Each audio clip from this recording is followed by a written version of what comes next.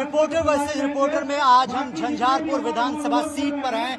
आप तस्वीरों में देखिए इस तरीके की बड़ी बड़ी जनसभा जो है वो भारतीय जनता पार्टी के उम्मीदवार नीतीश मिश्रा कर रहे हैं और जन सैलाब देखिए ये बताता है कि एरिया में जो नेता होते हैं उनका जनता से पर्सनल कनेक्ट कितना है।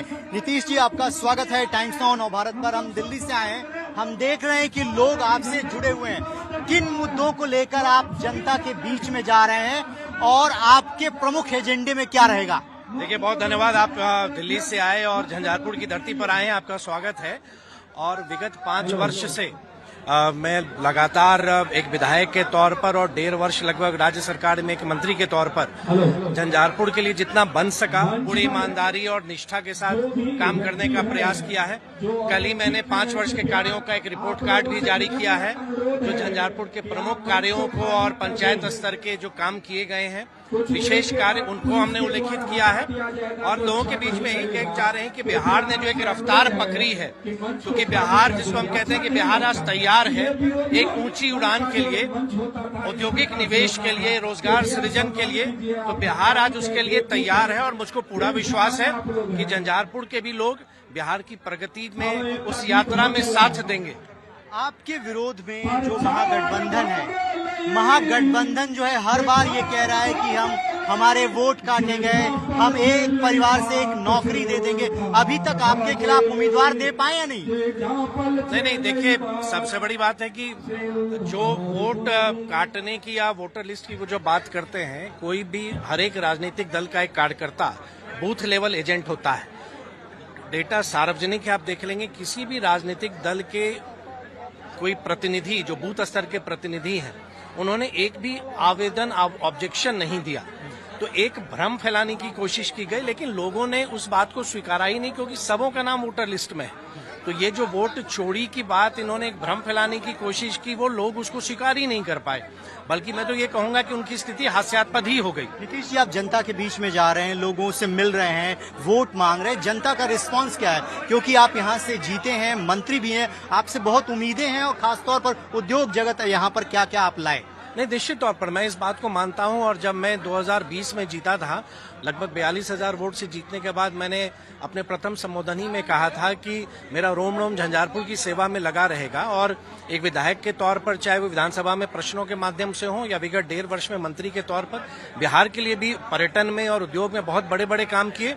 और झंझारपुर में भी आप देखेंगे, बगल में ही हमारा इंडस्ट्रियल एरिया है, जहां लगभग 4 दशक पूर्व एक पेपर फैक्ट्री की लोगों ने एक सपना देखा था, लेकिन वो साकार नहीं हो सका। आज उस खंडहर के स्थान पर लगभग 55 करोड़ की लागत से नया प्लग एंड प्ले बन रहा है। 1.25 लाख स्क्वायर फीट का कंस्ट्रक्शन हो रहा है, जो आने वाले समय में निवेशकों के लिए वो उपलब्ध होगा।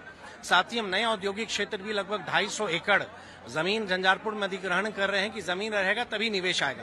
तो हमारी माटी, हमारा रोजगार के संकल्प पर हम काम कर रहे हैं और मुझको पूरा विश्वास है कि झंझारपुर की जनता और बिहार की जनता एनडीए पे भरोसा करेगी। तो निश्चित तौर पर ये जो 5 वर्ष है, सरकार ने संकल्प लिया है 1 करोड़ रोजगार और नौकरी देने का, रोजगार के अवसर और नौकरी देने का, उसको हम लोग पूरा करेंगे, जिसमें उद्योग विभाग की बहुत बड़ी भूमिका रहेगी। नीतीश जी, मैं ज्यादा समय नहीं लूंगा क्योंकि आप कार्यकर्ताओं के बीच में है, रैली है। आखिरी सवाल चलते चलते, सबसे बड़ा मुद्दा आपके लिए झंझारपुर में क्या है और अगर आप जीत कर आते हैं तो क्या काम झंझारपुर की जनता के लिए, आपका विजन क्या रहेगा? देखिए, बहुत सारे कार्य ऐसे हैं जो हमने अपने रिपोर्ट कार्ड में भी दिया है, जो प्रस्तावित योजनाएं हैं जो अंतिम स्वीकृति की अंतिम स्टेज पे हैं। अगर आप इन टोटालिटी अगर देखेंगे, झंझारपुर में मेडिकल कॉलेज बन रहा है, नर्सिंग की कॉलेज का काम शुरू हो गया है, बीएससी की यहाँ पे एनएम जीएनएम की पढ़ाई होती है, पॉलिटेक्निक है, आईटीआई है। और आने वाले समय में जो लोगों को उद्योग की जो उम्मीद है कि अगर घर में उद्योग लगता है तो रोजगार आएगा, उस दिशा में हम काम कर रहे हैं। पर्यटन के बहुत सारे काम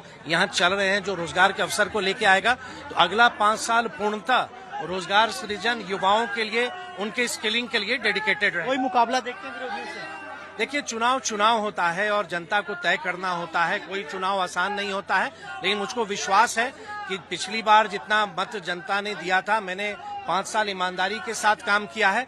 अब तो जनता को तय करना है। आज तो नामांकन हो रहा है और उसके बाद अब फैसला जनता करेगी। 11 तारीख को मतदान है, 14 तारीख को गिनती हो जाएगी। तो चलिए, जनता मालिक है, पूरे दिन हम रहेंगे आपके साथ। और यहाँ मैं अब एक बार आपको तस्वीरें दिखा देता हूँ मंच से। यहाँ पर नामांकन की प्रक्रिया अभी कुछ ही देर बाद होगी। यहाँ पे जो लोग हैं, लोगों से, जो यहाँ के उम्मीदवार हैं, नीतीश मिश्रा बिहार सरकार में मंत्री हैं, मुख्यमंत्री हैं, लोगों से मिल रहे हैं और देखिए इस तरीके से वेलकम किया जा रहा है। उनका ये मानना है कि कोई भी चुनाव आसान नहीं होता है, लेकिन उनको पूरी उम्मीद है कि इस बार भी वो अपने काम के दम पर लोगों से वोट मांगेंगे और जनता का आशीर्वाद उनको मिलेगा। अब देखना ये है कि इनके दावों में, काम में जनता कितना यकीन करती है और विरोधी किस हद तक यहाँ पर कामयाब हो पाते हैं।